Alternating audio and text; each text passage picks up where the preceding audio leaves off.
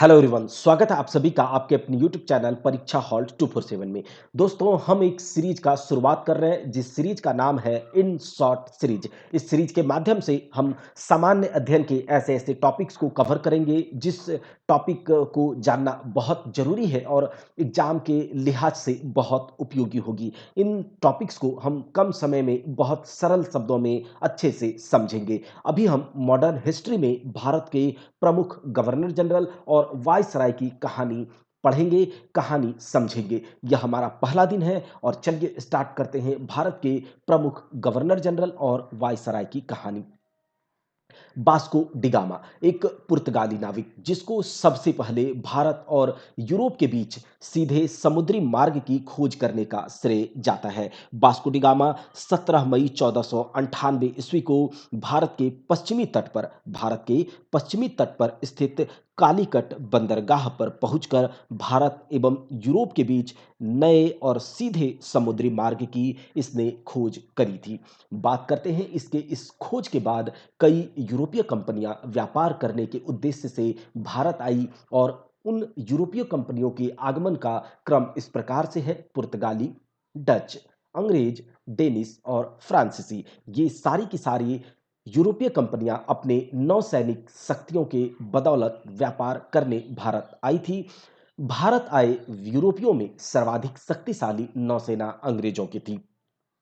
England की महारानी Elizabeth ने 31 दिसंबर 1600 को ईस्ट इंडिया कंपनी को पूर्व के साथ व्यापार करने के लिए एक रॉयल चार्टर प्रदान किया था, जिसके बाद ब्रिटिश ईस्ट इंडिया कंपनी की का जन्म होता है। 1757 की पलासी का युद्ध और 1764 के बक्सर के युद्ध के बाद ईस्ट इंडिया कंपनी भारत में व्यापारिक शक्ति से परिवर्तित होकर राजनैतिक और प्रशासनिक शक्ति बन गया।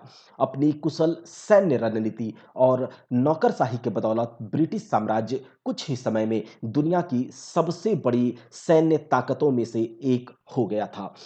भारत पर अपने शासन का नियंत्रण और इसे सुचारू रूप से चलाने के लिए ब्रिटिश साम्राज्य के द्वारा गवर्नर, गवर्नर जनरल, वायसराय के पद सृजित किए गए।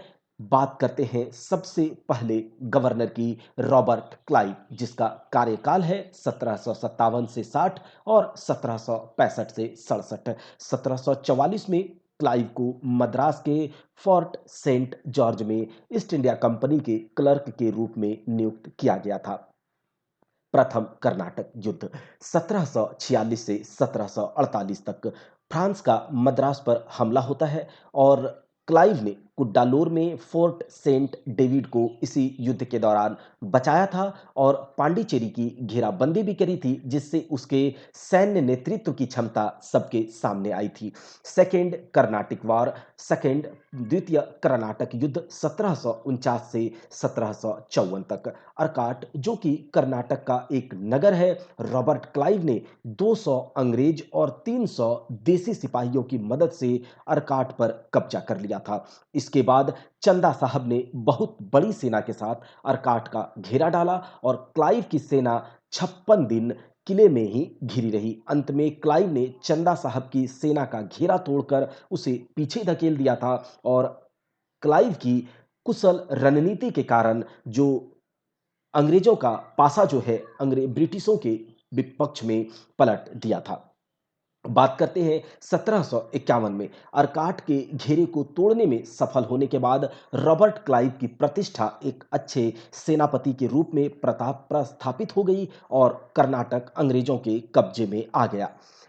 सन 1753 क्लाइव इंग्लैंड लौट गया था। सन 1753 में क्लाइव जो है इंग्लैंड लौट गया था। बात करते हैं सन 1755 की। क्लाइव को ब्रिटिश सेना के लेफ्टिनेंट कर्नल बनाकर भारत भेजा गया और फोर्ट सेंट डेविड, जिसको कि प्रथम कर्नाटक युद्ध के दौरान क्लाइव के द्वारा बचाया गया था, उसका डेप्यूटी गवर्नर भी इसे बनाया गया। 23 जून 1757 पलासी का ऐतिहासिक युद्ध, नवाब सिराजुद्दौला बनाम अंग्रेज सेनापति रॉबर्ट क्लाइव। कंपनी की सेना ने रॉबर्ट क्लाइव के नेतृत्व में नवाब सिराजुद्दौला को हरा दिया था। युद्ध से पूर्व ही नवाब के 3 सेनानायक मीर जाफर, उसके दरबारी तथा राज्य के अमीर सेठ जगत सेठ आदि से क्लाइव ने षड्यंत्र कर लिया था और इस युद्ध में सफलता प्राप्त की थी। इस युद्ध से कंपनी को बहुत लाभ हुआ। वो आई तो व्यापार हेतु थी, किंतु बन गई राजा। बंगाल में ब्रिटिश संप्रभुता स्थापित होने के साथ ही इनके व्यापारी से प्रशासक बनने की शुरुआत हो चुकी थी और भारत को लूटने खसोटने का भी सिलसिला जारी हो चुका था।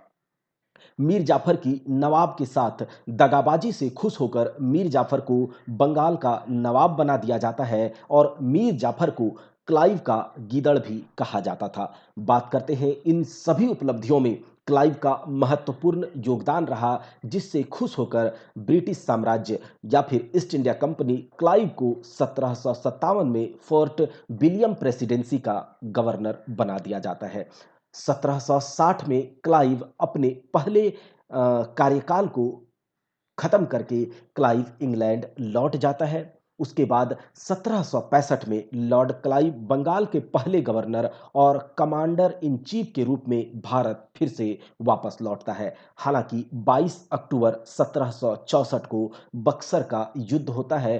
क्लाइव के कार्यकाल के पहले ही बक्सर के युद्ध में हेक्टर मुनरो के नेतृत्व में अंग्रेजी सेना बक्सर का युद्ध जीत लेती है और इस युद्ध के बाद अंग्रेजों को बंगाल, बिहार और उड़ीसा की दीवानी प्राप्त हो जाती है। बंगाल के गवर्नर के पद पर रहते हुए क्लाइव ने बंगाल में द्वैध शासन की स्थापना की थी। बंगाल के गवर्नर के पद पर रहते हुए क्लाइव ने बंगाल में द्वैध शासन की स्थापना की थी। इसके साथ ही अवध के नवाब सुजाउदौला तथा मुगल सम्राट शाह आलम के साथ 1765 में क्लाइव ने इलाहाबाद की संधि की थी।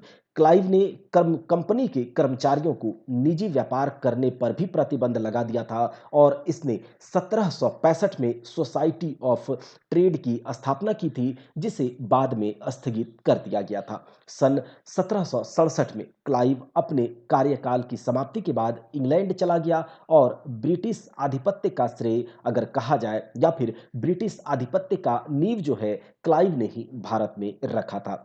ब्रिटिश प्रधानमंत्री लॉर्ड पिट ने क्लाइव को स्वर्ग से जन्मा जनरल जनरल कहा था।